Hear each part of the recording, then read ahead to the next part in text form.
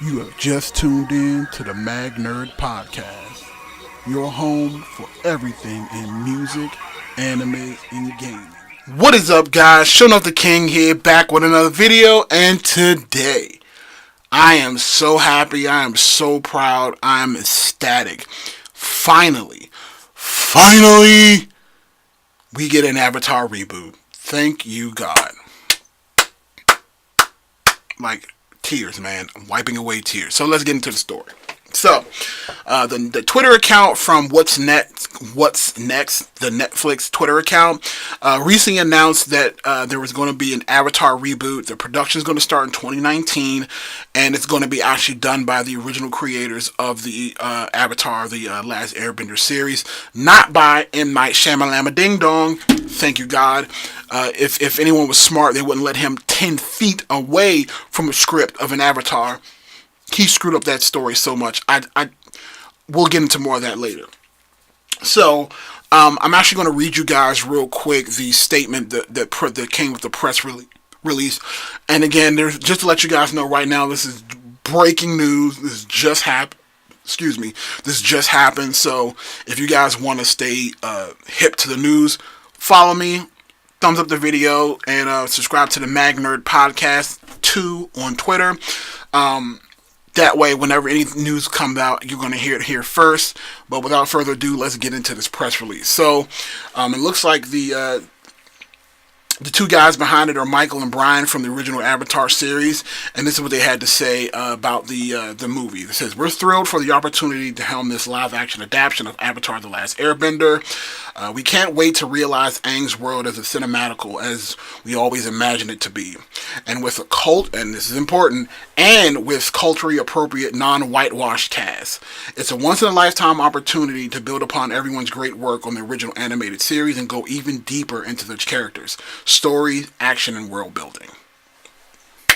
Again, one of the biggest issues that people had with Avatar: The Last Airbender movie was the fact that everything was whitewashed. We know that the Water Tribe, it looks like, and again, I want to be clear because the whitewashing of the cast itself is a very big deal. And from my perspective and from my history with Avatar, because again, this is a show that I watched faithfully, as well as with the rebooted not the rebooted, but the sequel, Legend of Korra. I also watched and reviewed that on my channel as well. You guys can check out the videos there if you want to as well. Just saying, a shameless plug for myself. But everybody in the Avatar world, it looks like they're from the Asian persuasion, so to speak. So if I remember correctly, like the Water Tribe they're Inuits. So if you're not familiar with Inuits, it's basically like almost, it's like a fishing tribe. And if you've ever watched the show that came out this year, Golden Kamuy, that is actually will give you a lot of information on Inuits, because that is kind of like the race that they really interact with in that actual show. So that's kind of where the Water Tribe comes from. And I believe the Firebenders, they, if I'm not mistaken, are from Imperial Japan. So yeah, so the Water Tribes are Inuit. The Fire Nation was based on Imperial Japan.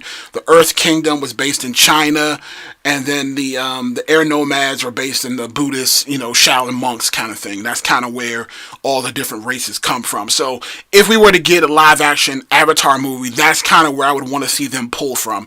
We don't need any main whitewash cast members. We don't need it. I believe in 2018. Hollywood has progressed enough, especially in the Me Too movement and women's rights movement. We can get a faithful adaptation of Avatar without having to have a white main cast member to make people feel good. So this is very exciting. I'm super excited, because I gotta say, guys, like, I was one of those people who actually went on opening day to watch the M. Night Shyamalan Avatar movie, and that movie was god awful. Like, I was fuming. Like, to this day, I don't think I've ever been as upset in a movie theater as I have been in that particular movie. Like, it was bad. Like, you could see steam shooting out of my ears. And it's not because I was trying to be petty, because I was not a huge fan of M. Night Shyamalan, and I went into that movie with very low expectations, and it still ended up being worse than I initially thought it would have been. Like, to me, the thing that stands out most of all is that scene where they go to the Earth Kingdom, and there's like, the Earth Kingdom is being, overrun by Fire Nation, and I'm like, you guys are Earthbenders, and there's nothing but Earth around you. So, what exactly could you not do? Like, at least in the actual show, when the Fire Nation was keeping Earthbenders prisoner, they actually kept them in metal prisons where there was no earth for them to bend. But when you actually have people in a mountain desert and they don't actually, they're nothing but, they're around nothing but earth, it's very frustrating to see people who are Earthbenders that can't get away from Fire Nation in an earth environment. It just really bothered me. And then it was that scene where there was like a group of like 10 guys who literally were just like, just to lift up one boulder. It was fucking ridiculous. So, M. Night Shyamalan, and then with him just switching up the names, instead of Aang, it was Ong, and then instead of Sokka, it was like Sokka, and instead of Katara, it was like Kitar. Oh my god, like, Jesus Christ. Like, I'm just getting angry just thinking about it. So, hopefully, M. Night Shyamalan is going to stay 5,000 miles away from this thing. I don't want his name as an executive producer. I don't even want to see a picture of M. Night Shyamalan anywhere near. Like, it's so bad that I don't even want to see an M. Night Shyamalan advertisement near this movie. That's how far away from that I want him to be. Like, period. So, again, I want you guys just to follow me. This will be a short a short video just to inform you guys of what's going on. Stay tuned to the podcast for more information. But again, we are getting back Avatar. And the production is supposed to start 2019. Again, as you guys can see from the production photo, it looks good. I don't have any complaints right now. As long as they stay true to the story, don't rush it. So, you guys don't have to rush through it like M. Night Shyamalan did. Like, you don't have to put all of book one into one movie. Just split it. Split it in half. If you guys gotta, like, maybe I'll do a separate video so I can kind of talk about the do's and don'ts of what they could do. If you guys want to see that, let me know in the comment section below, because I can kind of break down exactly where they should stop and, how they can easily break up the movie to make sure that it makes sense. But the only thing that makes me nervous, and again, I've been very happy with Netflix thus far, but they have not been great with some of their adaptations. Like the Death Note adaptation, they really screwed that up.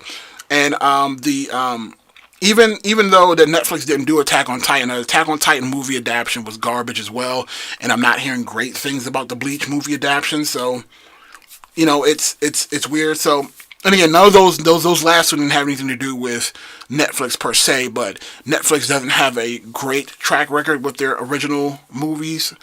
Adam Sandler, I'm looking at you. That movie was garbage. But anyway, like I said, anything is better than what we got from M. Night Shyamalan is what I'm saying. So, rate the video, subscribe to the channel, hit bell notifications, bing, and you'll make sure that you get anytime we get an update on this story, I will bring it to you here first. And also stay tuned. I'm going to be jumping back on my Young Justice and the DC streaming service. I'll be bringing you guys some more videos about that as well. Show Enough the King, you guys have a fantastic day. Thank you, Netflix.